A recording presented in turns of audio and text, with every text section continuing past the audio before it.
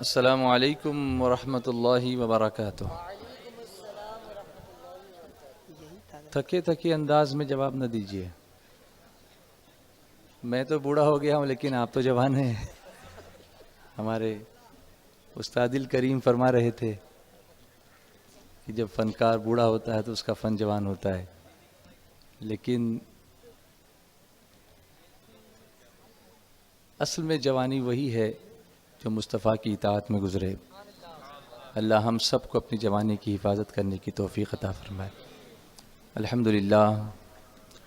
الحمدللہ رب العالمین والصلاة والسلام علی سید الانبیاء والمرسلین وعلی آلہ واصحابہ اجمعین، اما بعد فاعوذ باللہ من الشیطان الرجیم، بسم اللہ الرحمن الرحیم۔ ان الصلاة تنہی عن الفحشاء والمنکر، صدق اللہ العظیم۔ محترم علماء کرام، ہمارے انتہائی سینئر رکن شورا محمد خالد رضوی صاحب، برادر گرامی محمد ارشاد نجمی اظہری صاحب، مبلغین، حاضرین، ناظرین، سامعین، سامعات، سب مل کر پڑھیں الصلاۃ والسلام علیک یا رسول اللہ، الصلاۃ والسلام علیک یا حبیب اللہ، الصلاۃ والسلام علیک یا نبی اللہ، وعلی آلک واصحابک یا نور اللہ، صلی اللہ تعالی علیک وسلم۔ اللہم صل علی سیدنا و مولانا محمد عدد ما فی علم اللہ، صلاة دائمة بدوام ملک اللہ۔ یہ ہمارا جانا مانا پہچانا یاد کیا ہوا درود شریف ہے، جس کو ہم 6 لاکھ درود شریف کا ثواب پانے کے لیے، اللہ کی رضا کے لیے، اس کے محبوب کی رضا کے لیے پڑھتے ہیں۔ اس درود شریف کو ایک مرتبہ اگر ہم پڑھیں تو اللہ تعالی ہمیں 6 لاکھ درود شریف کا ثواب عطا فرماتا ہے۔ شہنشاہ ناسک حضرت سید صادق شاہ حسینی علیہ رحمت الرضوان کی عنایتوں کے سائے میں اس وادی صادق میں مخبر صادق رسول کریم جو صادق الوعد الامین ہیں، ان کے پیغام کو عام کرنے کے لیے سنی دعوت اسلامی کا 12 کی نسبت سے یہ 12واں سنی اجتماع ناسک کی سرزمین پر الحمدللہ کل سے شروع ہوا، اور کل الحمدللہ بے شمار خواتین نے یہاں پر شرکت کی۔ میں نے بھی انہیں کچھ نعتیں سنائیں، کچھ باتیں بتائیں، اور آج ہم اور آپ سب جب یہاں پر آئے ہیں دور دراز کے علاقوں سے تو بادل بھی امڑ کر آ گئے ہیں، رحمت کی برسات ہونے والی ہے۔ ہم بادلوں سے تھوڑی گزارش کریں گے کہ تھوڑا ہمیں اجتماع مکمل کر لینے دو، پھر جب دعا مکمل ہو جائے تو جھوم کے برسو، کوئی بات نہیں، تاکہ جو آئے نہیں ابھی وہ آ سکیں، جو آئے ہیں وہ اطمینان سے بیٹھ سکیں۔ پانی بھی اللہ کی رحمت ہے، اور جب ہم اللہ کا ذکر کرتے ہیں تو اور بھی نور کی رحمتیں بارشیں نازل ہوتی ہیں، تو ہم رحمتوں ہی کے لیے آئے ہیں، رحمت کی برکھا میں بھیگنے کے لیے ہی آئے ہیں۔ پرسوں جمعہ کے روز ایسا ہی ہوا تھا، شارجہ میں، یونائٹڈ عرب ایمریٹس میں، دبئی، سنی دعوت اسلامی کا 6واں سالانہ اجتماع تھا، اور جیسے ہی اجتماع کا آغاز ہونے والا تھا بادل گر کے آ گئے، وہ بھی ریگستان میں بارش۔ یہ بھی تو کرم ہے نا کہ جہاں چمن ہوتا ہے وہاں پھول کھلیں تو کوئی بات نہیں، لیکن جہاں ریگستان ہو وہاں پھول کھلیں تو کوئی بات ہے۔ تو وہاں شروع ہی میں گھٹائیں چھا گئیں، اتنی تیز ہوائیں چلنے لگیں کہ جو کچھ بچھایا تھا وہ بھی بولنے لگا، سٹیج کے پردے بھی بولنے لگے، ہمارے ساتھی بھی بولنے لگے کہ اب کیا ہوگا۔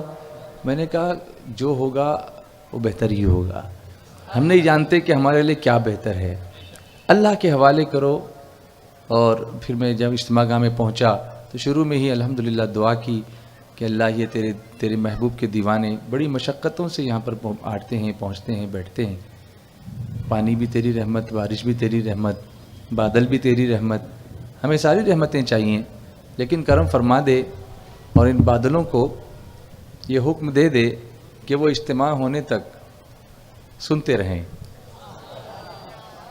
پھر تو اپنی مرضی سے اسے جیسا چاہے برسا دے۔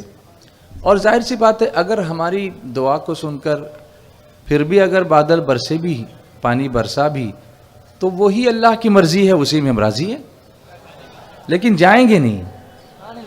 یہ ریزالو کرنا ہے، یہ کرنا ہے کہ بارش ہو کہ دھوپ ہو، بیٹھے ہیں تو اٹھیں گے نہیں انشاءاللہ۔ پانی میں بیٹھنا پڑا تو پانی میں بیٹھیں گے، کیا ہے نا؟ یس اور نو؟ کچھ لوگ ہی ہیں کہ سبھی ہیں؟ سب انشاءاللہ۔ تو یہ ریزالو جب ہوگا انشاءاللہ کرم کی کرم ہوگا اور انشاءاللہ کوئی تکلیف ہم کو نہیں ہوگی۔ تو آج کا میرا ٹاپک جو ہے وہ ایک انوکھا ٹاپک ہے جس کے لیے کافی تفصیلی گفتگو کی ضرورت ہے، مگر میں وقت کی تنگی کے پیش نظر بالکل پوائنٹ ٹو پوائنٹ گفتگو کرنے کی کوشش کروں گا۔ ٹاپک ہوگا دا سائنٹیفک بینیفٹس آف نماز، نماز کے سائنسی فوائد۔ مگر میری عادت تو یہ ہے کہ میں جب تک قصیدہ بردہ شریف نہیں پڑھتا اس وقت تک میں آگے نہیں بڑھتا، اور آپ بھی سب اس کے عادی ہو گئے ہیں، تو چلیے پڑھ لیتے ہیں۔ بسم اللہ الرحمن الرحیم پڑھیے۔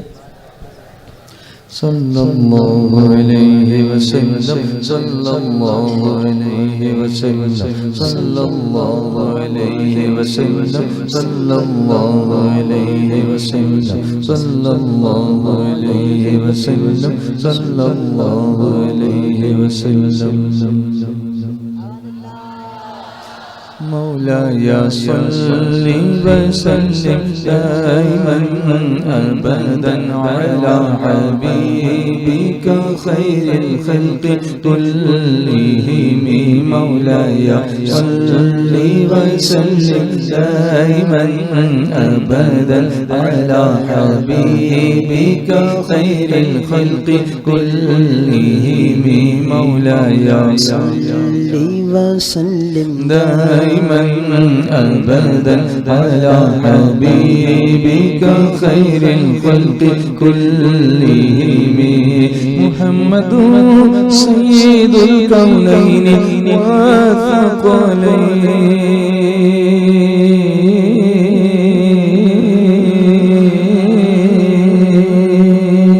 محمد سيد الكونين والثقلين والفريقين من عرب ومن عجم، مولاي صل وسلم دائما أبدا على حبيبك خير الخلق كلهم، نبينا الأمير الناهي فلا أحد، نبينا الأمير الناهي فلا أحد أبر في قولي لا منه ولا نعم، مولاي صل وسلم دائما أبدا على حبيبك خير الخلق كلهم، مولاي صل وسلم دائما أبدا على حبيبك خير الخلق كلهم، مولاي صل وسلم دائما أبدا على حبيبك خير الخلق كلهم، والحبيب الذي ترجى شفاعته، والحبيب الذي ترجى شفاعته لكل هول من الأهوال مقتحم، مولاي صل وسلم دائما أبدا على حبيبك خير الخلق كلهم، يا ربي بالمصطفى بلغ مقاصدنا يا ربي بالمصطفى بلغ مقاصدنا يا ربي بالمصطفى بلغ مقاصدنا واغفر لنا ما مضى يا واسع الكرم مولاي صل وسلم دائما ابدا على حبيبك خير الخلق كلهم.